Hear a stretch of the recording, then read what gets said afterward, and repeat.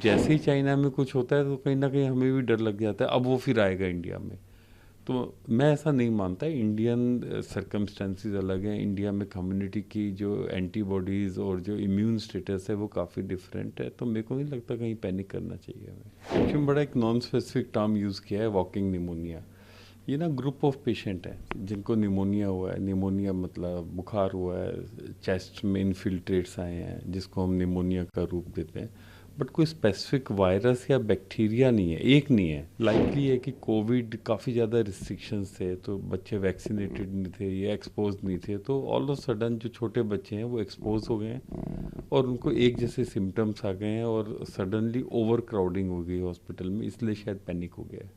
Actually बड़ा एक non specific term use किया है, वॉकिंग निमोनिया। ये ना ग्रुप ऑफ पेशेंट है जिनको निमोनिया हुआ है। निमोनिया मतलब बुखार हुआ है, चेस्ट में इन्फिल्ट्रेट्स आए हैं, जिसको हम निमोनिया का रूप देते हैं। बट कोई स्पेसिफिक वायरस या बैक्टीरिया नहीं है, एक नहीं है। 3-4 वायरसेस, 3-4 बैक्टीरिया निकली हैं, जैसे माइकोप्लाज्मा है, आपका आरएसवी है, इन्फ्लुएंजा है, कोविड भी उसमें है। ये सब मिला जुला के उनकी जो सिम्टोमेटोलॉजी है एक जैसी है, इसलिए उन्होंने टर्म दिया है वॉकिंग निमोनिया। इसका कोई बहुत साइंटिफिक बेसिस नहीं है, कोई नया बैक्टीरिया वायरस नहीं आया है। लाइकली है कि कोविड काफ़ी ज़्यादा रिस्ट्रिक्शंस थे, तो बच्चे वैक्सीनेटेड नहीं थे या एक्सपोज नहीं थे, तो ऑल ऑफ सडन जो छोटे बच्चे हैं वो एक्सपोज हो गए हैं और उनको एक जैसे सिम्टम्स आ गए हैं और सडनली ओवर क्राउडिंग हो गई हॉस्पिटल में, इसलिए शायद पैनिक हो गया है।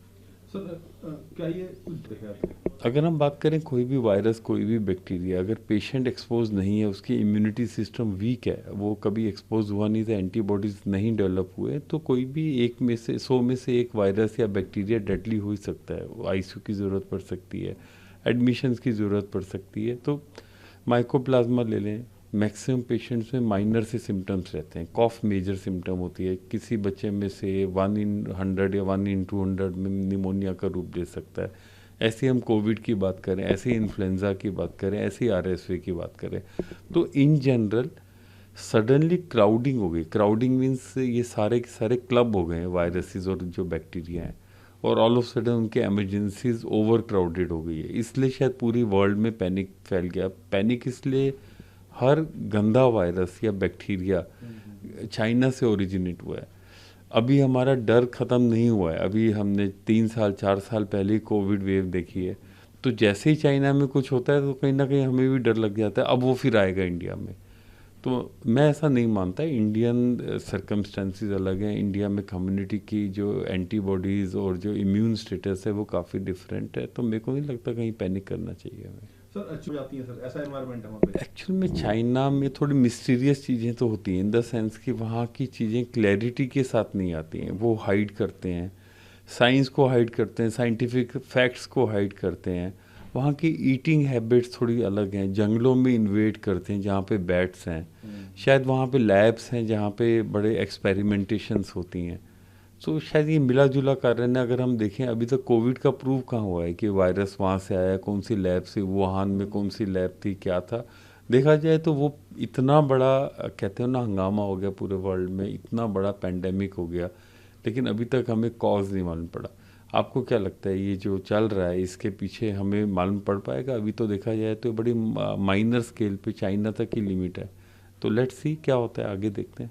सर चूंकि देखिए, सावधानी अगर हम जनरल बात करें, किसी को भी खांसी जुकाम होता है या तो वो अपर रेस्पिरेटरी ट्रैक तक रहेगा, यहाँ तक रहेगा, या निमोनिया जिसमें लंग्स इन्वॉल्व, जब लंग्स इन्वॉल्व होते हैं उनको हम निमोनिया का रूप देते हैं। निमोनिया के कुछ स्पेसिफिक साइन सिम्टम्स होते हैं, हाई ग्रेड फीवर, सांस तेज चलना। अगर ये दोनों चीज़ें हैं तो आपको इमीडिएटली अपने डॉक्टर के पास जाना चाहिए। कारण बहुत हो सकते हैं, कारण में क्या 100 से ज़्यादा कारण हो सकते हैं, वायरसेस हो सकते हैं, बैक्टीरिया हो सकते हैं।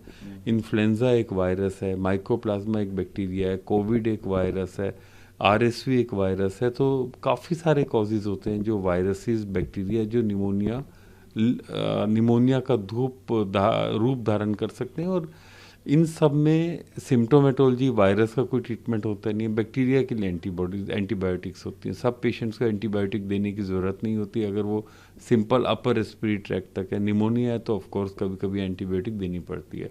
तो अगर हमें ये बेसिक चीज़ों का ध्यान दें हम, कि अगर पसलियाँ चल रही हैं, सांस तेज चल रही है, फीवर 103 104 जा रहा है, तो अपने डॉक्टर से कंसल्ट करें, वो best you can say treatment है।